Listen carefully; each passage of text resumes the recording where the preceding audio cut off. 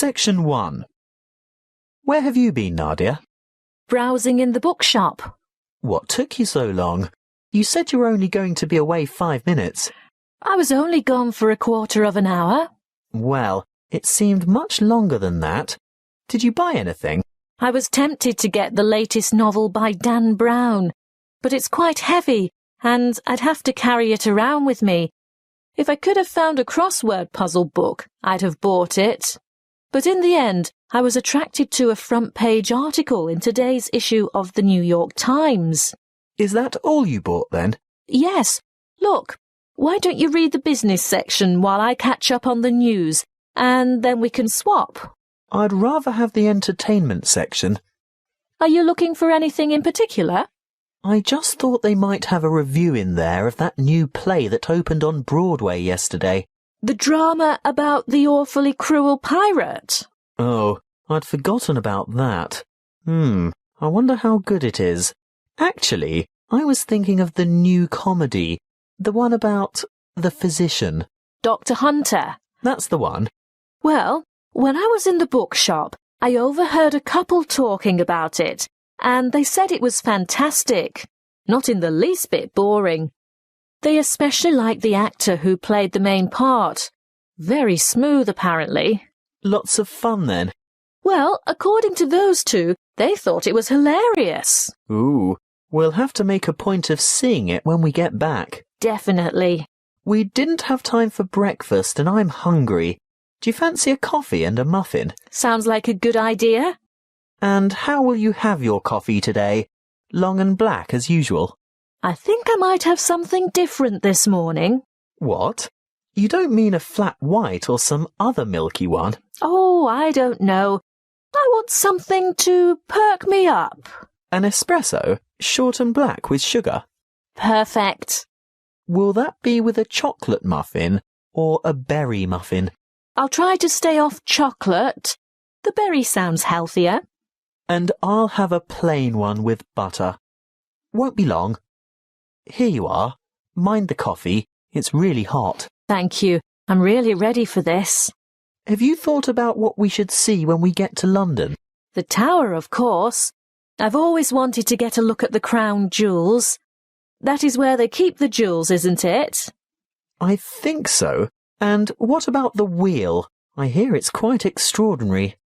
I'm not that keen on the wheel. Do you want to ride on it? No way. Well, let's leave it out of the itinerary then. OK, so do we do the tower first? Yes, that's the idea. And then we absolutely have to go to Westminster. Really? Yes. Look, it's not going to cost us anything. And I promised my sister I'd take photos there. Well, if you insist. I do. Oh, did you know the British Museum is free to the public? Not just residents, but tourists as well. Well, I did know that, but I was hoping we wouldn't have to spend time in any museums.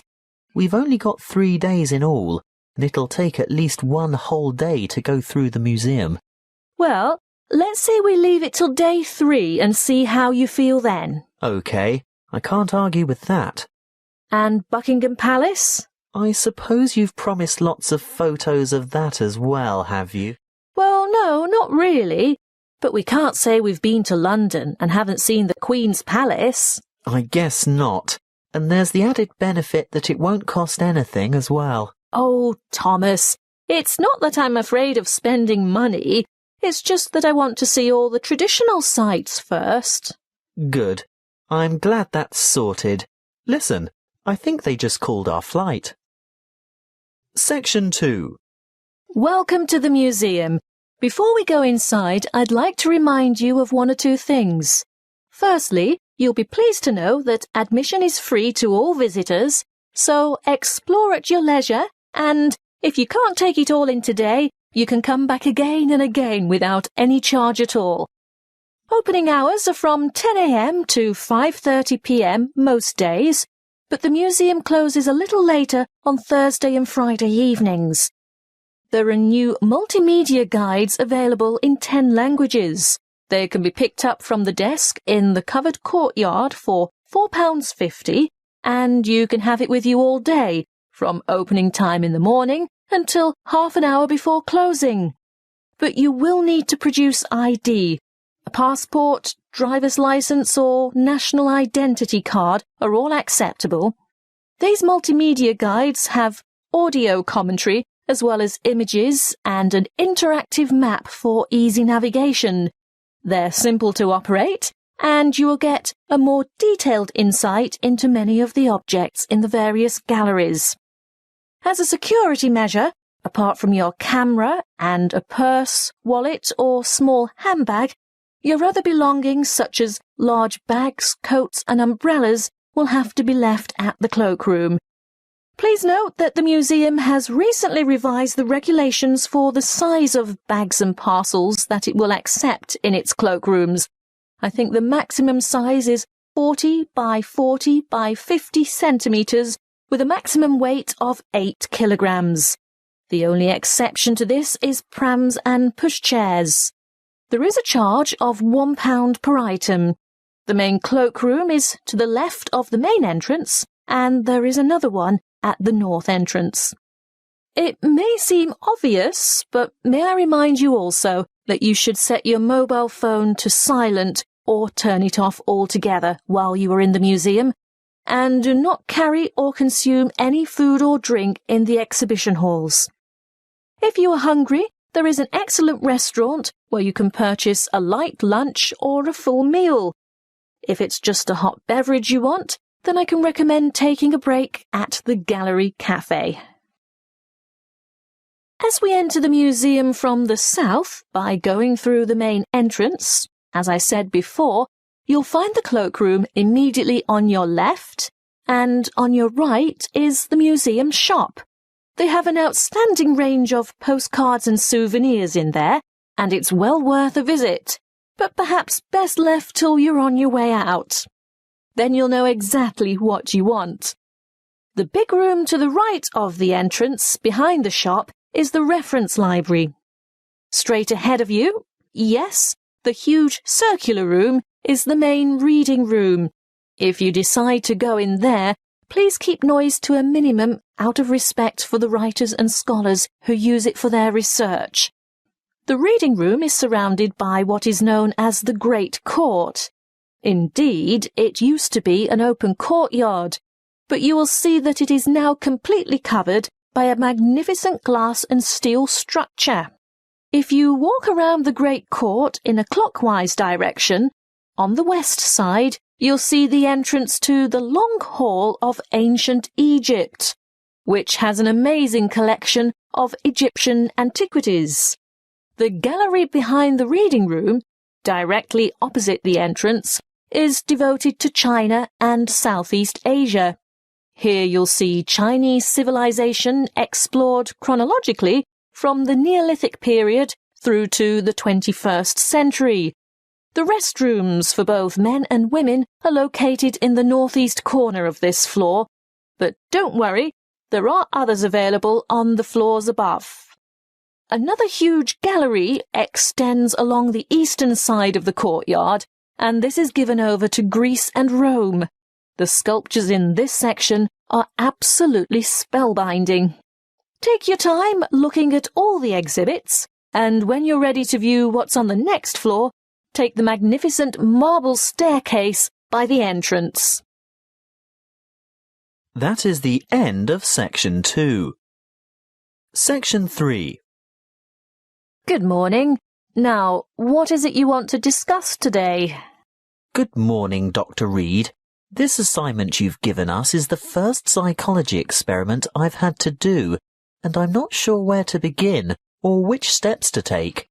Well, conducting your first psychology experiment can be quite a complicated and confusing process, but just remember that like other sciences, psychology uses the scientific method and bases its conclusions upon empirical evidence. What do you mean by empirical evidence?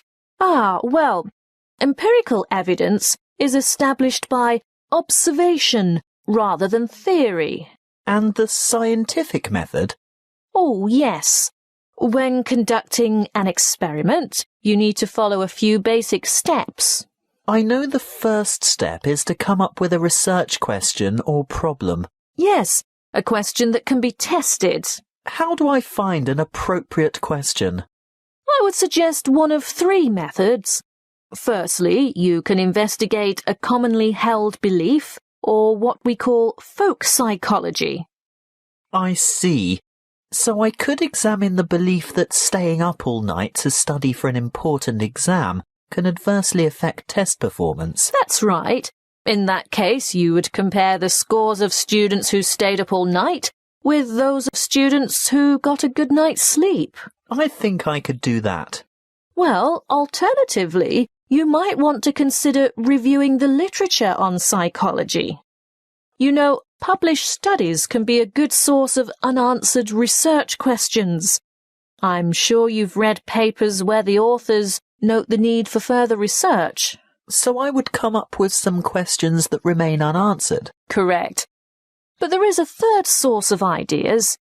Just think about everyday problems and then consider how you could investigate potential solutions.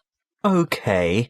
Perhaps I could study various memorization strategies to find out which are the most effective. That's the idea.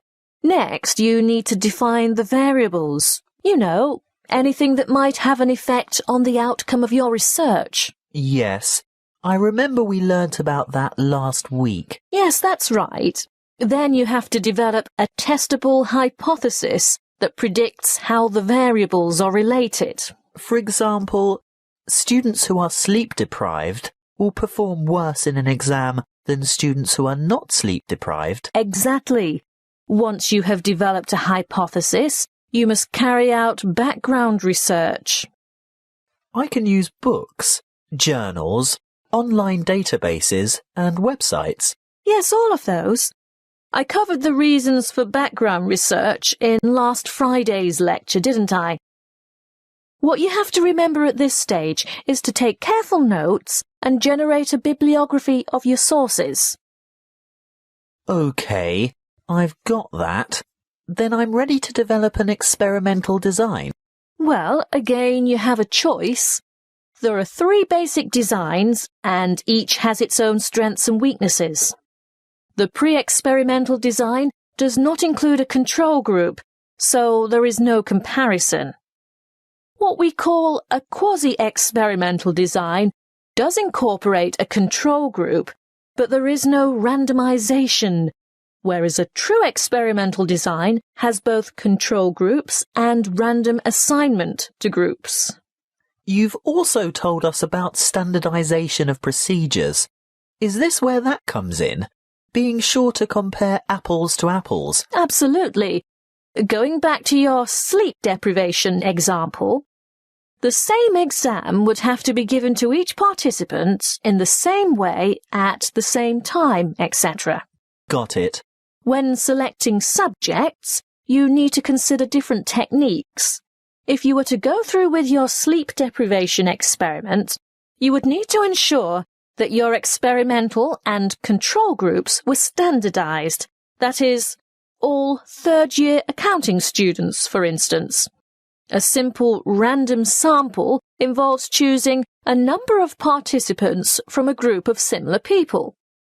On the other hand, a different kind of study might involve a stratified random sample, where participants are randomly chosen from different subsets of the population. You mean subsets with distinctive characteristics, like age, gender, race, socioeconomic status, and so on? Precisely. Then the next step is to actually conduct the experiment and collect the data. Then I have to analyze the data.